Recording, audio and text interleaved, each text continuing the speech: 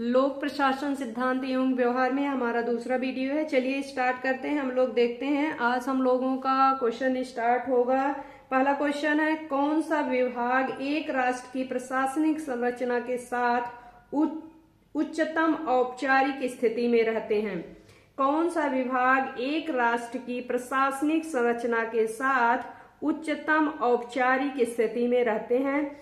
ए है सरकारी विभाग, बी है निजी विभाग, सी है अर्ध संरचनात्मक विभाग, डी है अर्ध स्वायत्त विभाग।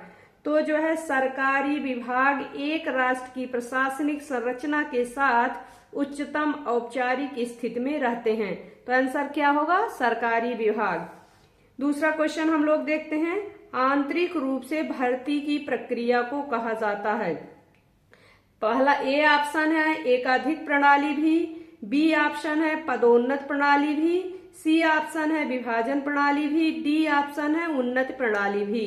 तो आंतरिक रूप से भर्ती की प्रक्रिया को कहा जाता है पदोन्नति प्रणाली भी। तो बी ऑप्शन सही है।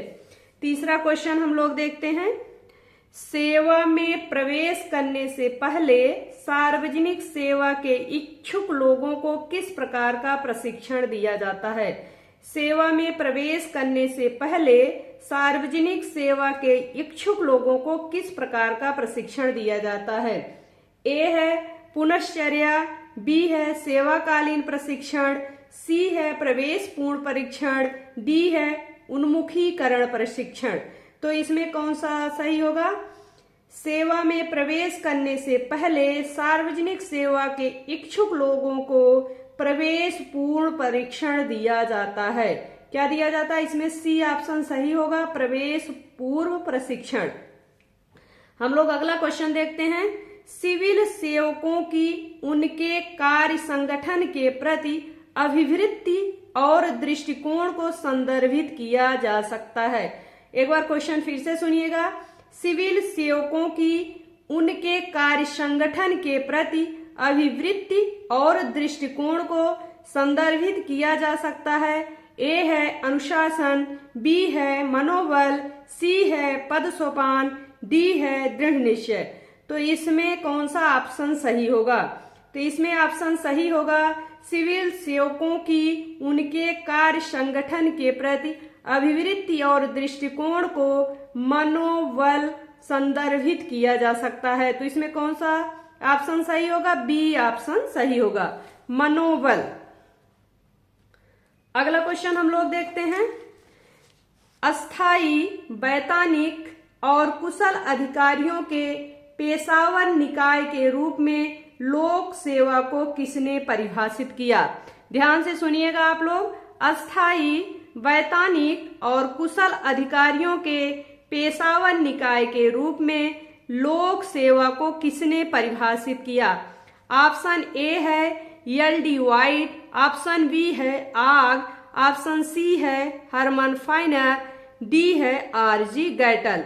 तो इसमें कौन सा ऑप्शन सही होगा? अस्थायी वैतनिक और कुशल अधिकारियों के पेशावर निकाय के रूप में लोक सेवा को परिभाषित किया है हरमन फाइनर। तो ऑप्शन कौन सा सही होगा? हरमन फाइनर, ऑप्शन सी सही होगा। चलिए अगला क्वेश्चन देखते हैं, किस प्रकार का परीक्षण मुख्य रूप से प्रकृति में व्यक्तिपरक होता है और अक्सर उम्मीदवारों द्वारा संदेह के साथ देखा जाता है? क्वेश्चन क्या है, किस प्रकार का परीक्षण मुख्य रूप से प्रकृति में व्यक्तिपरक होता है और अक्सर उम्मीदवारों द्वारा संदेह के साथ देखा जाता है? ऑप्शन ए है लिखित परीक्षा, ऑप्शन बी है मौखिक परीक्षा, ऑप्शन सी है प्रदर्शन परीक्षा, ऑप्शन डी है योग्यता परीक्षा। तो मौखिक परीक्षा, जो ऑप्शन क्या बी सही होगा, मौखिक परीक्षण मुख्य रूप से प्रकृति में व्यक्तिपरक होता है और अक्सर उम्मीदवारों द्वारा संदेह के साथ देखा जाता है।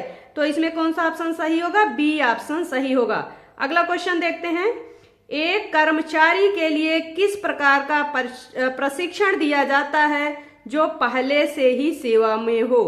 एक कर्मचारी के लिए किस प्रकार का प्रशिक्षण दिया जाता है जो पहले से ही सेवा में हो? ऑप्शन ए है प्रवेश उपरांत प्रशिक्षण, ऑप्शन बी है पूर्व प्रवेश प्रशिक्षण, ऑप्शन सी है उन्मुखीकरण प्रशिक्षण, ऑप्शन डी है सेवाकालीन प्रशिक्षण। तो जो दिया जाता है एक कर्मचारी के लिए जो है सेवाकालीन प्रशिक्षण दिया जाता है जो पहले से ही सेवा में हो। तो ऑप्शन डी इसमें सही है। आगे बढ़ते हैं। प्रशासनिक कृत्यों और निर्णयों की वैधता के निर्धारण करने की न्यायालयों की शक्ति को जाना जाता है। ध्यान से सुनिएगा, क्वेश्चन क्या है? प्रशासनिक कृत्यों और निर्णयों की वैधता के निर्धारण करने की न्यायालयों की शक्ति को जाना जाता है। ऑप्शन ए है न्यायिक समीक्षा, ऑप्शन बी है वैधानिक अपील, ऑप्शन सी है विधायी समीक्षा, ऑप्शन डी है बंदी प्रत्यक्षीकरण। तो इसमें ऑप्शन क्या है? ऑप्शन ए सही है।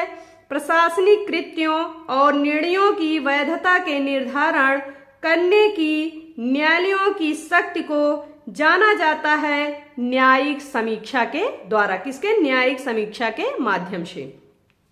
अगला क्वेश्चन हम लोग देखते हैं। निम्नलिखित में क्या मानव संबंध आंदोलन से स्वाभाविक रूप से विकसित हुआ है? क्वेश्चन एक बार फिर से सुनिएगा। निम्नलिखित में से क्या मानव संबंध आंदोलन से स्वाभाविक रूप से विकसित हुआ है? ऑप्शन ए है व्यवस्था उपागम, ऑप्शन बी है व्यवहारवादी उपागम, ऑप्शन सी है आगत उपागम, ऑप्शन डी है निर्गत उपागम। तो इसमें क्या सही होगा? व्यवहारवादी उपागम। व्यवहारवादी उपागम जो है मानव संबंध आंदोलन से स्वाभाविक रूप से विकसित हुआ है। अगला क्वेश्चन हम लोग देखते हैं। प्रशासनिक नीति की मुख्य वाक्य का निर्धारण करने का कार्य है।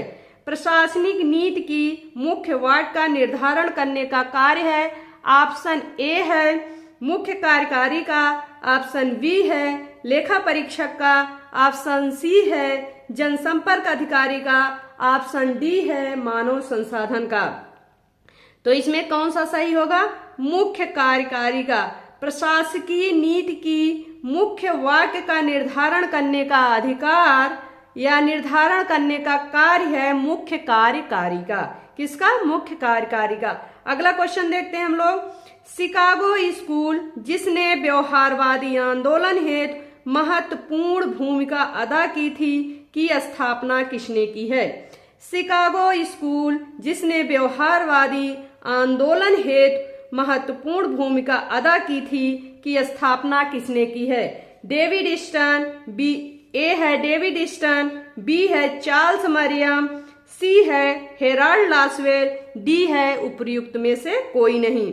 तो शिकागो स्कूल जिसने व्यवहारवादी आंदोलन हेतु महत्वपूर्ण भूमिका अदा की थी की स्थापना किसने की थी? Charles Mariam. तो ऑप्शन इसमें कौन सा सही होगा? B Charles Mariam.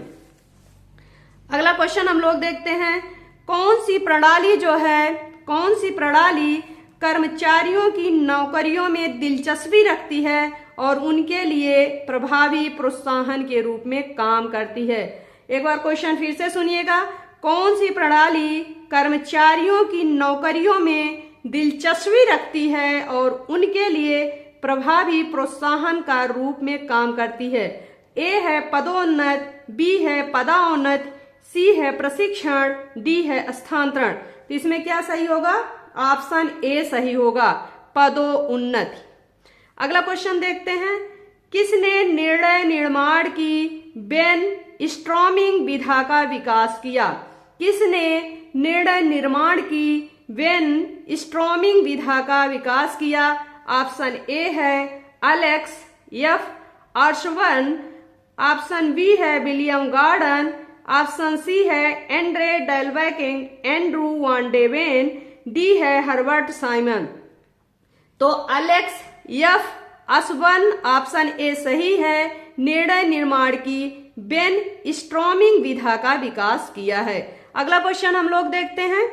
भारत में प्रशासनिक सुधार के क्रियान्वयन के लिए कितने चरणों की आवश्यकता होती है? भारत में प्रशासनिक सुधारों के क्रियान्वयन के लिए कितने चरणों की आवश्यकता होती? 2, 3, 5, 4। ऑप्शन ए है 2, ऑप्शन बी है 3, ऑप्शन सी है 4, ऑप्शन डी है 5। तो ऑप्शन इसमें कौन सा सही होगा? Option B 3। अगला क्वेश्चन देखते हैं। नियुक्ति अधिकारी स्वयं किस विधि के अंतर्गत अभ्यर्थियों की योग्यता निर्धारित करता है? नियुक्ति अधिकारी स्वयं किस विधि के अंतर्गत अभ्यर्थियों की योग्यता निर्धारित करता है? नियुक्ति और विमुक्त प्रणाली से। ऑप्शन ए है, ऑप्शन बी है परीक्षा प्रणाली, ऑप्शन सी है पूर्व अनुभवों के अभिलेख, डी है योग्यता का प्रमाण पत्र। तो नियुक्ति अधिकारी जो है नियुक्ति और विमुक्त प्रणाली के अंतर्गत अभ्यर्थियों की योग्यता निर्धारित करता है। ऑप्शन ए इसमें सही है।